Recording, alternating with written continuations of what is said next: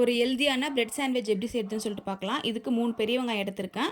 ஒரே ஒரு தக்காளி, ஒரு பச்சை மிளகாய், ஒரு கேரட்டு, கொஞ்சமா கோஸ் எடுத்திருக்கேன். வெங்காயம் கொஞ்சம் அதிகமாக போட்டால் நல்லாயிருக்கும்.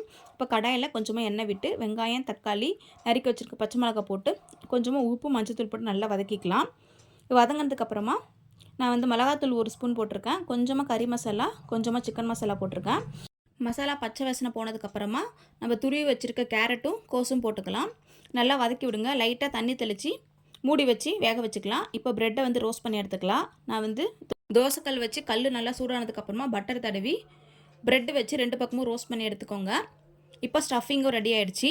இப்போ ப்ரெட்டோடைய ஒரு பக்கம் கெச்சப் தடவிக்கோங்க, இன்னொரு பக்கம் ஸ்டஃபிங் வச்சுக்கலாம். நிறையா ஸ்டஃபிங் வச்சுக்கோங்க. வெஜிடபிள்ஸ்லாம் போட்டிருக்கோம். ரொம்ப ஹெல்தி. குழந்தைங்களுக்கு கொடுத்தீங்கன்னா ரொம்ப விரும்பி சாப்பிடுவாங்க. ஈவினிங் ஸ்கூல் விட்டு வந்ததும் இந்த ஸ்நாக்ஸ் குழந்தைங்களுக்கு செஞ்சு கொடுக்கலாம். வயிறு ரொம்ப ஃபில்லான மாதிரி இருக்கும். கண்டிப்பாக ட்ரை பண்ணி பாருங்கள். உங்களுக்கு இந்த வீடியோ பிடிச்சிருந்தா லைக் பண்ணுங்கள், சப்ஸ்கிரைப் பண்ணுங்கள். நெக்ஸ்ட் வீடியோவில் பார்க்கலாம். பாய்.